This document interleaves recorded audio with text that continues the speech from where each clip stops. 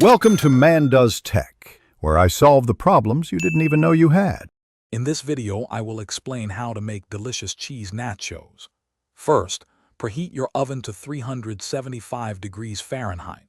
Arrange a single layer of tortilla chips on a baking sheet.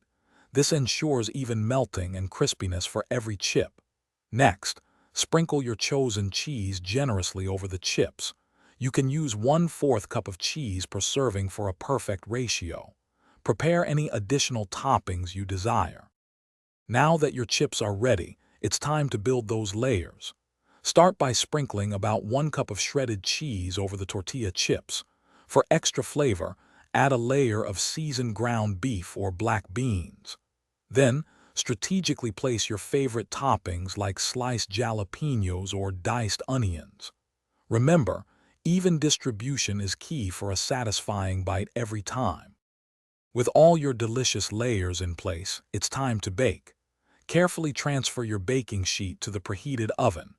Bake for approximately 5 to 8 minutes, or until the cheese is bubbly and melted. Keep a close eye on them to prevent the chips from overbrowning. The goal is perfectly melted cheese and warm, crispy chips, not burnt edges. Once your nachos are golden and the cheese is perfectly melted, carefully remove them from the oven. Now for the fun part, garnishing.